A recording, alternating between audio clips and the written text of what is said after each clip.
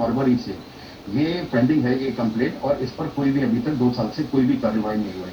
तो डेफिनेटली उनके ऊपर भी एक्शन बनता है, और जहां तक कंपनी है, कंपनी पर तो एक्शन बहुत क्रिमिनल भी बनेगा और as per consumer protection act भी बनेगा। आप तीनों मेहमान मेरे साथ बने रहिएगा। एक छोटे से ब्रेक का वक्त हो गया है, ब्रेक लेकर के लौटते ही रहिएगा, क्योंकि सवाल बड़ा है, गंभीर है, संगीन है, और एक ऐसे व्यक्ति उनकी कंपनी के चारों ओर है जो कहते तो हैं कि मैं इस देश के लिए कुछ करना चाहता हूं, स्वदेशी को खड़ा करना चाहता हूं, लेकिन जो सच आ रहा है वो ठीक उलट आ रहा है। इसलिए इस चेहरे को भी जानना जरूरी है।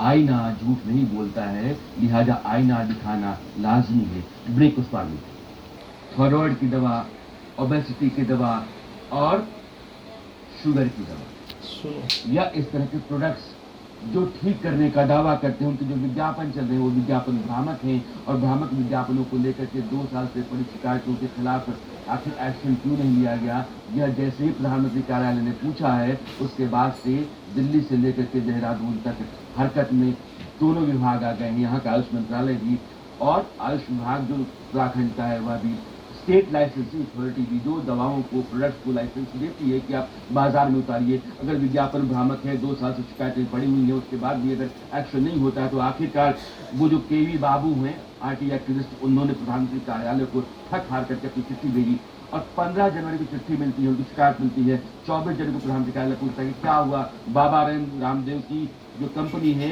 ये जितनी भी दवाएं बना रही है इससे विज्ञापन भ्रामक है, तो आपने एक्शन क्या लिया, कानून का डंडा चला क्यों नहीं। बाबा रामदेव की पतंजलि की शिकायत राज्यसभा में भी हो चुकी है। सांसद वी शिवदासन भी उनके खिलाफ शिकायत डाल चुके। आयुष मंत्रालय को लिखी गई अपनी शिकायत में शिवदासन ने पतंजलि के कई प्रोडक्ट्स, यूं कही कि दवाओं के विज्ञापन पर सवाल उठाए थे, और जैसे मैंने थोड़ी देर पहले कहा था कि उसी के जवाब में पिछले से 28 मार्च को आयुष मंत्री सर्बानंद सोनोवाल ने लिखा कि साल 2022 में आयुष मंत्रालय ने दिव्य बीपी ग्रिड के 18, दिव्य मधु ग्रिड के 15, दिव्य आई ग्रिड गोल्ड के 10 और द हैरोग्रिड के 3 और दिव्य लिपिडोम के 7 विज्ञापनों की शिकायतों को, या 7 वायलेशन को, जो इन तमाम वायलेशन को उत्तराखंड के आयुष विभाग से भेजा गया है। विज्ञापनों को रोकने के लिए उचित जांच करने को कहा गया है, लेकिन साल भर हो गया कोई जांच नहीं हुई। अगर प्रधानमंत्री दफ्तर कूड़ा नहीं चलाता, हंटर नहीं चलाता, तो हो सकता है कि बाबा रामदेव की कंपनी के खिलाफ बड़ी हुई शिकायतें धीरे धीरे सड़ जाती, गल जाती, खप जाती, मर जाती, उसमें कुछ नहीं होता, क्योंकि बाबा रामदेव की कंपनी, बाबा रामदेव के जरिए किया गया विज्ञापन, उनके उत्पादों पर कौन बोलेगा। इसलिए कहा गया कि जो कानून है लोक हित में, लोगों की सेहत के साथ जो जरूरी है वही चले। मामला सिर्फ इतना ही नहीं कि संसद में मामला उठा, सुप्रीम कोर्ट भी पतंजलि को भ्रामक विज्ञापनों के लिए फटकार लगा चुका है। आईएमए की शिकायत पर सुनवाई करते हुए पिछले साल 21 नवंबर को सुप्रीम कोर्ट ने कहा था कि गुमराह करने वाले विज्ञापन, एडवर्टाइजमेंट बंद करें, वरना 1 करोड़ रुपए तक जुर्माना लग सकता है। इसका मतलब है कि बार बार शिकायतों के बावजूद, बार बार की सख्ती के बाद भी स्वामी रामदेव अड़े हुए हैं। उनको शायद ये लग रहा है कि यह सब कुछ जो है वो किसी काम का नहीं है। मेरा जो चल रहा चलता रहेगा, मेरा जो सुख रहता रहेगा, मेरा जो रुतबा है बना रहेगा, मेरे जो उत्पाद हैं चलते रहेंगे, मेरा बाजार बढ़ता रहेगा, मेरा कारोबार पनपता रहेगा, मुझे मुनाफा मिलता रहेगा। पहली बार इस तरह की घेराबंदी है और इतनी सख्ती के साथ। एक ये मामला है, बाबा रामदेव यही नहीं फंसे। अभी एक्शन के लिए पीएमओ ने कहा, संसद में एक सांसद ने मामला उठाया, सुप्रीम कोर्ट ने बाबा रामदेव कहा कि गलत है, विज्ञापन बंद कीजिए। उसके बाद बाबा रामदेव एलोपैथिक डॉक्टरों के बारे में गलत बयानी करके भी फंस चुके हैं। आपको याद होगा कि कोविड के दौरान बाबा रामदेव लगातार एलोपैथिक डॉक्टरों और एलोपैथिक दवाओं के बारे में उल्टे सीधे बयान दे रहे थे। मामला कोर्ट में भी पहुंचा। बाबा रामदेव की काफी फजीहत हुई थी, लेकिन बाबा नहीं सुधरे। रामदेव का जो बयान था, मैं चाहता हूं पहले बयान तो सुनिए, उसके बाद हम बताएंगे कि बाजार और कारोबार इन दोनों में कोई गलती नहीं है अगर आप नियम नैतिकता को मानते हैं। लेकिन अगर स्वामी बन करके, बाबा बन करके आप कारोबार करके लोगों को झांसा देते हैं, बरगलाते हैं, झुठलाते हैं, फरेब करते हैं, तो एक सामान्य कारोबारी से कहीं ज्यादा बड़ा गुनाह आप कर रहे हैं, क्योंकि आप विश्वास जो लोगों का है उसके साथ भी घात कर रहे हैं। इसलिए सवाल आपका बड़ा है, इसलिए मामला बड़ा है, बहस बड़ी है, और सुप्रीम कोर्ट के 3 वकीलों को मैंने इसलिए बिठाया है ताकि आप समझ पाएं कि बाबा रामदेव, पतंजलि और उनका जो पूरा प्रोडक्ट है वो क्या है। पहले बाबा रामदेव का बयान डॉक्टरों को लेकर, हॉस्पिटल न जाने के कारण से हुई, ऑक्सीजन न मिलने के कारण से हुई है, उससे ज्यादा लोगों की मौत ऑक्सीजन के बावजूद हुई है, दवा एलोपैथी की दवा मिलने के बावजूद हुई है, स्टीराइड की वजह से।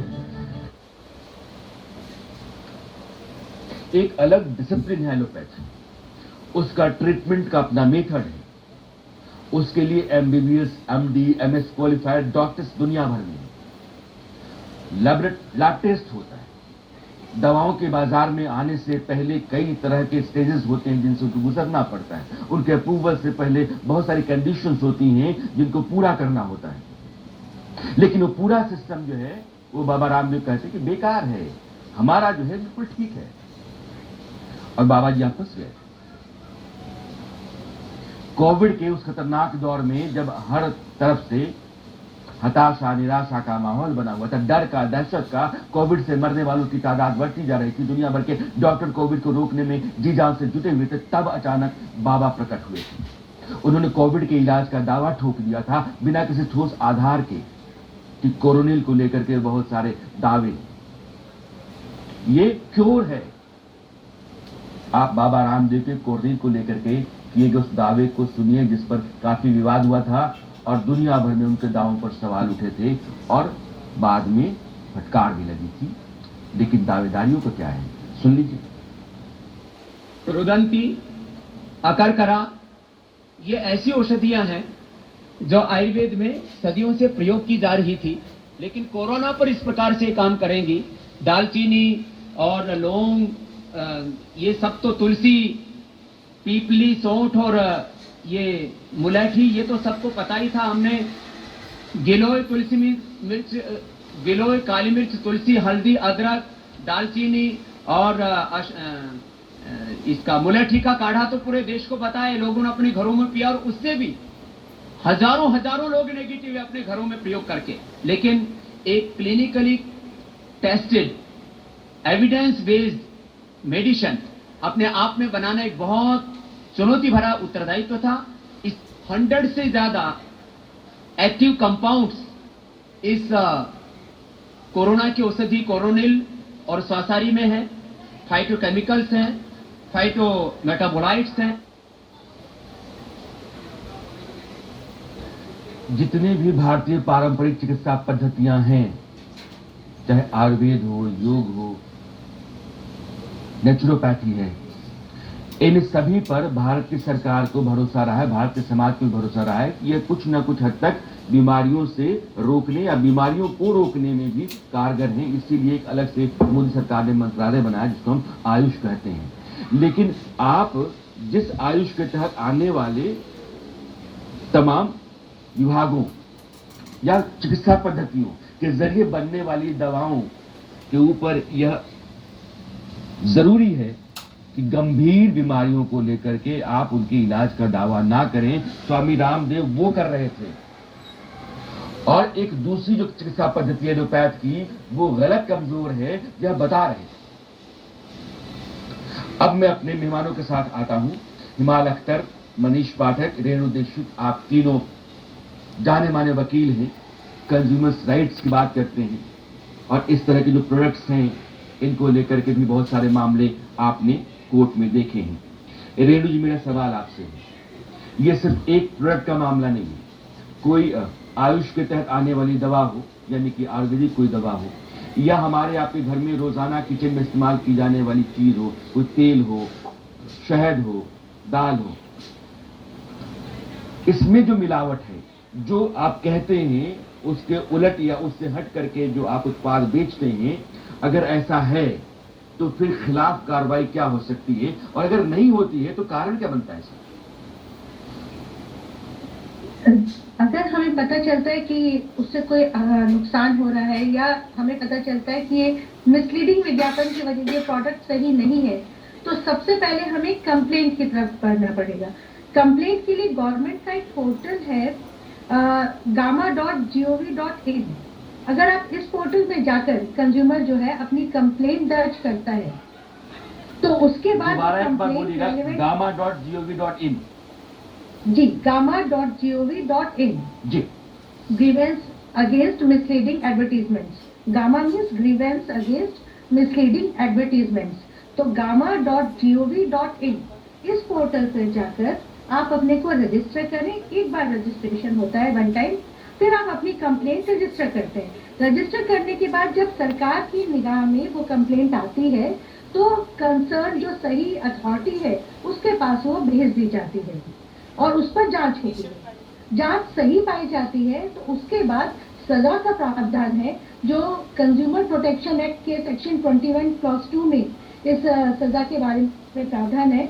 और ये क्लियरली कहा गया है कि 2 साल तक का इम्प्रिजनमेंट हो सकता है। इसके अलावा फाइन 10 लाख तक का है, और अगर बार बार वो व्यक्ति वही मैं आता हूँ आपके पास रेणु जी। आशीष मेरे लीगल एडिटर हैं, वो जुड़ गए हैं। आशीष, एक कंपनी के कई प्रोडक्ट्स के खिलाफ चलने वाले विज्ञापन फरेबी हैं, यह बात शिकायत के तौर पर आती है, यानी कि भ्रामक हैं, लोगों को गुमराह कर रहे होते हैं, और 2 साल से उन पर कोई भी कार्रवाई नहीं होती है। रेणु जी कहती है कि आप कंप्लेंट कर दीजिए, उस पर एक्शन। अगर 2 साल तक बाबा रामदेव की पतंजलि एथनिक फार्मेसी के खिलाफ कंप्लेंट पड़ी हुई है, वो भी जाने माने आरटी एक्टिविस्ट की, और कोई शिकायत नहीं हो रही है, तो फिर इसके बाद आप देख रहे हैं कि सुप्रीम कोर्ट ने भी फटकार लगाई, संसद के भीतर भी मामला है। पतंजलि ओवरऑल कानून के दायरे में जितने मामले हैं, उन मामलों के लिहाज से कहां फंसा हुआ है और किस तरीके से सवालों के घेरे में? देखिए राणा जी, पतंजलि को लेकर कई तरह के सवाल है और कई तरह की जो याचिकाएं हैं वो अलग अलग अदालतों में दाखिल की गई है। यही वजह है कि बाबा रामदेव ने सुप्रीम कोर्ट में एक याचिका दाखिल की है, जिसमें उन्होंने अलग अलग राज्यों में उनके खिलाफ जो कोरोनरी को लेकर उन्होंने दावा किया था, उसके खिलाफ जो मामले दर्ज हुए हैं उनको एक जगह पर ट्रांसफर करने की गुहार लगाई है। पिछले साल की मैं बात अगर मैं करूं तो 21 नवंबर की वो तारीख थी जब सुप्रीम कोर्ट सुनवाई कर रहा था डॉक्टर्स एसोसिएशन की याचिका पर।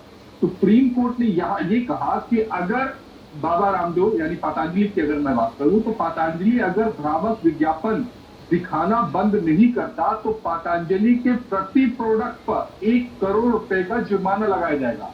इतना ही नहीं, कोर्ट ने ये भी कहा कि इस बात को ध्यान में रखें कि भविष्य में कभी भी कोई भी भ्रामक विज्ञापन ना दिखे। अब हम संसद की ओर चलते हैं। 2 सांसद हैं, कार्तिक चिदम्बरम है, एक और सांसद है, जिन्होंने बाकायदा, हाँ जी सर, बाकायदा इसको लेकर उन्होंने शिकायत की है। उसी शिकायत पर उस समय भी कहा गया था कि इस पर कार्रवाई हो रही है।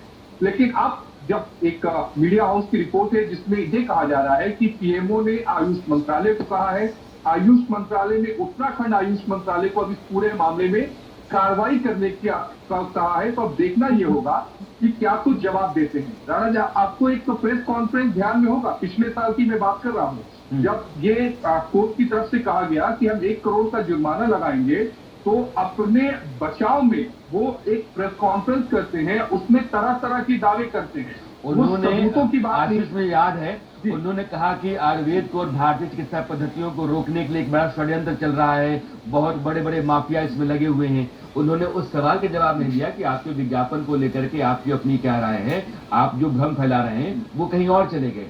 तो देश की जो चिकित्सा पद्धतियां हैं, आयुर्वेद है और योग है, इन सबके ठेकेदार अगर बाबा रामदेव जी ही हैं। मैं इसलिए आज दुखी हूं क्योंकि इस तरह की सख्ती प्रधानमंत्री कार्यालय सख्त लहजे में देश के मंत्रालय को कहता है, तो वह भी कहीं ना कहीं महसूस करता है कि आप स्वामी बन करके, गिरुआ पहन करके ऐसा कारोबार कर रहे हैं जिस कारोबार के लिए आपने जो बुनियादी शर्त और सिद्धांत उठाए हैं, जिनका दावा करते हैं कि मैं स्वदेशी के नाम पर, देश हित के नाम पर, जनहित के नाम पर, लोगों की सेहत की खातिर अपने जीवन को न्यौछावर कर चुका हूं। मेरा सब कुछ जो है राष्ट्र के नाम है, और राष्ट्र के नाम ऐसा है कि आप लगातार गलत विज्ञापनों के जरिए लोगों को बरगलाते हैं, उनके सेहत के साथ खिलवाड़ करते हैं, शिकायतें पड़ी रहती हैं, आपके सुख की वजह से कोई बोलता नहीं है, फाइलें आगे बढ़ती नहीं है, महकमा जो है चुपचाप बैठा रहता है। ये भला हो प्रधानमंत्री कार्यालय का, उसने का नहीं, देश में कोई भी आदमी छोटा या बड़ा गलत होता है, कार्रवाई होनी चाहिए। आशीष, मैं हिमाल अख्तर साहब के पास जाना चाहता हूं, आपके पास लौटूंगा। हिमाल साहब जी, देखिए मैं क्लियर कर दूं आपको। हाँ। ये एक तो जो अभी आपने बाबा रामदेव जी का एड सुनवाया था, जिसमें उन्होंने कहा था कि बहुत सारे लोगों की मौत मतलब इसमें एलोपैथी के स्टेरॉइड लेने से भी हुई है। तो ये बिल्कुल सेटल्ड जो मिसलीडिंग एड है, क्योंकि आप अपने प्रोडक्ट की तारीफ कर सकते हैं लेकिन दूसरे की बुराई आप नहीं कर सकते हैं। तो एक बात। दूसरी बात ये है कि जब पीएमओ ऑफिस ने लिखा है उसको स्टेट लाइसेंसिंग अथॉरिटी को एक्शन लेने के लिए, आयुष के लिए, तो मैं समझता हूँ कि इमीडिएट एक्शन होना चाहिए। और एक बात क्लैरिफाई कर दूं कि ये जो प्रोजेक्ट है ये हमारे प्रधानमंत्री जी का ड्रीम प्रोजेक्ट रहा। जी। तो इस पे इतनी देर क्यों हुई है मुझे समझ में नहीं आता है, कि कानून में कोई कमी नहीं है। अब अगर किसी वजह से अभी भी कोई एक्शन नहीं होता है, तो एक आम आदमी के पास में, या जो आरटीआई एक्टिविस्ट है, इनके पास में है कि ये हाई कोर्ट में जाकर रिट फाइल कर सकते हैं गवर्नमेंट के खिलाफ और उस स्टेट के खिलाफ, कि भाई इनके खिलाफ एक्शन क्यों नहीं हो रहा है। तो मैं समझता हूँ कि एक्शन होगा। और मैं आपको जब पीएमओ ऑफिस ने लिखा है, इतना सख्त अल्फाज में लिखा है कि आप उन्हें जो कंप्लेनेंट है उनको भी इन्फॉर्म करेंगे, स्टेटस बताएंगे, तो मैं समझता हूँ कि एक्शन होगा। देर से ही, लेकिन अब उम्मीद लगती है कि एक्शन होगा। जी। मनीष पाठक जी, एक बुनियादी सवाल है, मैं अपनी समझ की खातिर भी और आम आदमी की समझ के लिहाज से भी आपसे पूछ रहा हूं कि जो डीएमआर है आपका, drugs and magic remedies act 1954 के तहत वायलेशन माना जाएगा? रेणु जी। हेलो सर, आप लास्ट लाइन पे से बोलिए। मैंने ये कहा कि आयुष के तहत कोई आयुर्वेदिक दवा है, वह दवा किसी गंभीर बीमारी के, एड्स के, कोविड के या कैंसर के इलाज के तौर पर लोगों के बीच में रखी जाए कि ये इसका क्योर है, तो क्या ये डीएमआर का वायलेशन है, drugs and magic remedies act 1954 का? बिल्कुल वायलेशन है उसका, क्योंकि देखिए बहुत सिंपल तरीके से डिफाइन किया गया है कि अगर कोई भी मेडिसिन, कोई भी प्रचार, कोई भी विज्ञापन आप उस मेडिसिन का कर रहे हो जो उसके नेचुरल, उसकी जो विशेषताएं हैं उससे अलग है और जो फैक्ट्स पे बेसिस नहीं है, जिससे किसी को नुकसान हो रहा है, तो वो उसका वायलेशन है। अब यहाँ पर जब मेडिकल बेनिफिट्स आप दिखा रहे हो कि इसको यूज करने से ये प्रॉब्लम्स दूर होती हैं, स्पेशली हार्ट की प्रॉब्लम्स या थायराइड की या मोटापे की, या ये जो आयुष के अंदर जो भी चीजें आती हैं उनके लिए, तो अगर उससे हटकर होता है तो क्लियर कट वायलेशन है उस एक्ट का। जी। जिस आरटीआई एक्टिविस्ट केवी बाबू की चिट्ठी प्रधानमंत्री कार्यालय को लिखने के बाद से पूरा एक्शन हुआ है, वो कहते हैं, आशीष मैं आपके पास आऊंगा, कि I am thankful to the PMO for prompt intervention and hope this will end the illegal advertisements by Patanjali Ayurveda. आगे वो कहते हैं कि the magic remedies act by Patanjali Ayurveda, state बाबू adding that the Ayush Ministry has written at least 4 times to the Uttarakhand State Licensing Authority for action against Patanjali, but nothing was done. तो अगर इस तरह से एक कन्वेंस है, एक साठगांठ सी दिखती है पतंजलि और वहां की स्टेट लाइसेंस अथॉरिटी के बीच में, अगर आयुष मंत्रालय को मान लो तो, हालांकि मंत्रालय को पूछना चाहिए कि 2 साल से शिकायतें पड़ी हैं तो तुम लोगों ने किया क्या है, एक्शन क्या है। फिर भी आशीष, लीगली क्या स्टेट लाइसेंस अथॉरिटी भी सवालों के और उसके खिलाफ मुकदमा करने के दायरे में नहीं आती? जाहिर तौर पर कार्रवाई तो बनती है, क्योंकि शिकायतें 2 साल से हो रही हैं, 1-2 नहीं कई सारी शिकायतें हैं, लेकिन उस शिकायतों के बावजूद कोई कार्रवाई ना होता। अगर कार्रवाई की होती तो वो कार्रवाई पब्लिक में आई होती, वो कार्रवाई शिकायतकर्ता के पास गई होती कि हमने आपकी शिकायत पर ये कार्रवाई की है। शिकायतकर्ता को कार्रवाई का कोई जवाब नहीं मिला, इसका मतलब कोई कार्रवाई नहीं। सबसे अहम बात है कि पीएमओ को दखल देना पड़ा है। ये काम आयुष मंत्रालय का है। आयुष मंत्रालय अगर अपना दबाव बनाता तो शायद अब तक इस पर कार्रवाई हो जाती। आयुष मंत्रालय वो दबाव नहीं बना पाया, यही वजह है कि पीएमओ को आगे आना पड़ा और पीएमओ को लेटर लिखना पड़ा आयुष मंत्रालय को कि आप इन शिकायतों पर कार्रवाई करिए। ये बहुत बड़ी बात है कि आयुष मंत्रालय को पीएमओ लिखता है कि आपको काम करना पड़ेगा। एक बात मैं और ध्यान में लाऊं आपको कि जिस वक्त कोविड चल रहा था, आपको ध्यान में होगा राणा सर, कि उस वक्त एक दावा किया गया कि हमने कोरोना की दवाई खोज ली और उस समय इस कंपनी का एक प्रोडक्ट था कोरोनिल।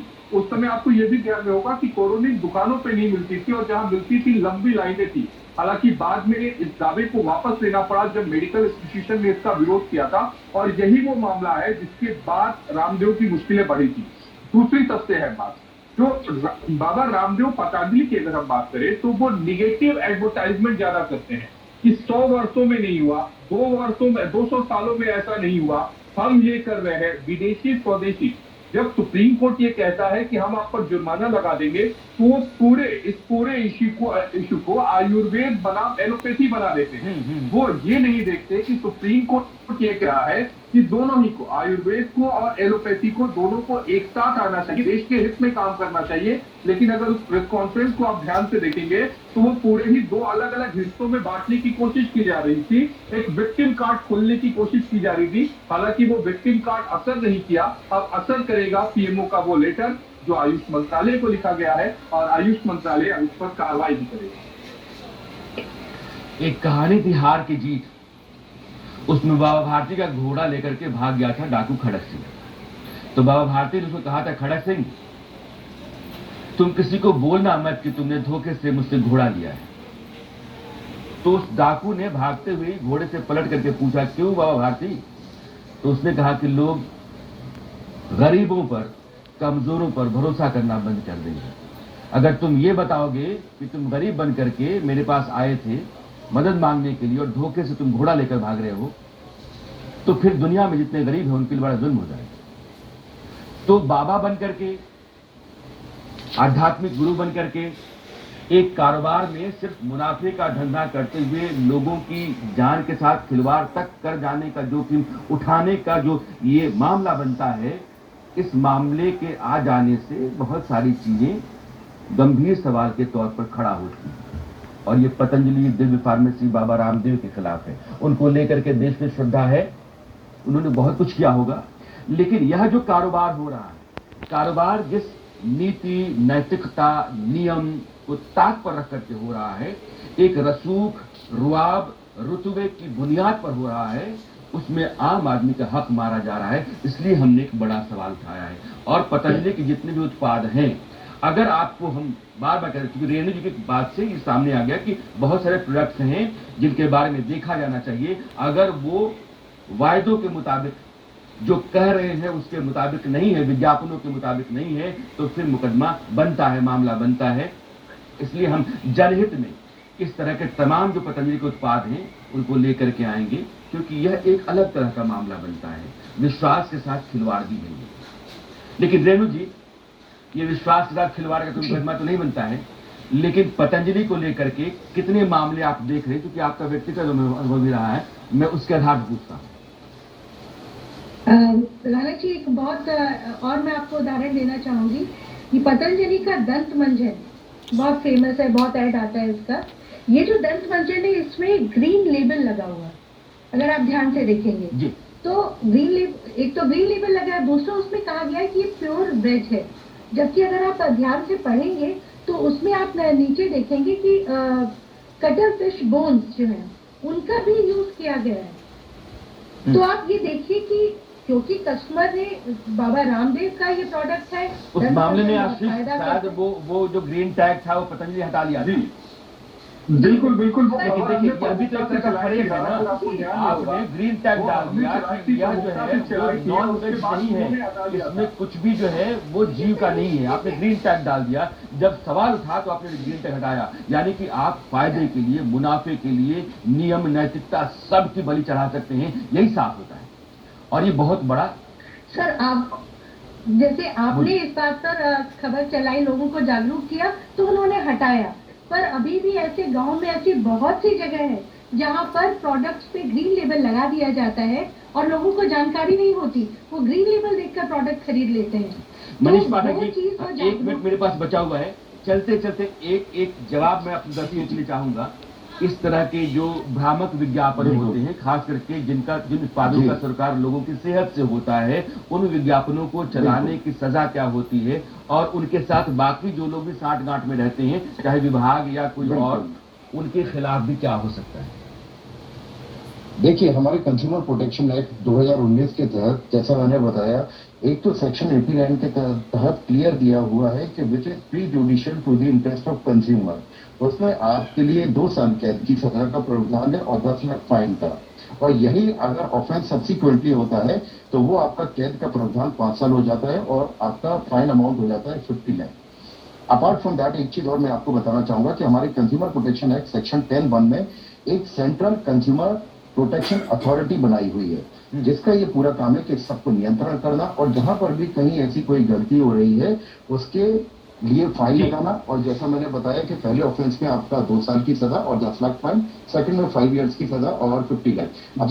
क्रिमिनल लायबिलिटी एक क्लैरिटी तो आपने दे ही दी है दर्शकों को, चूंकि यह मामला जो है संगीन है और आगे भी अगर कुछ इस तरह के बुनियादी और बड़े सवाल आते हैं तो हम जनहित में लोगों की खातिर इन सवालों को लेकर के खड़ा होंगे, आप लोगों के साथ फिर से जुड़ेंगे। आप तीनों का बहुत बहुत शुक्रिया जुड़ने के लिए, अपनी बात रखने के लिए। गालिब का एक शेर है, तेरे वादे पे जिए हम तो ये जान झूठ जाना कि खुशी से मरने जाते तो गैर एतबार होता। बाबा रामदेव, उनका कारोबार, उनके वायदे और ये शिकायतें बहुत कुछ कहती हैं। आज के लिए इतना ही। मेरी आपकी मुलाकात कल फिर होती है, तब तक ले दीजिए विदा। नमस्कार।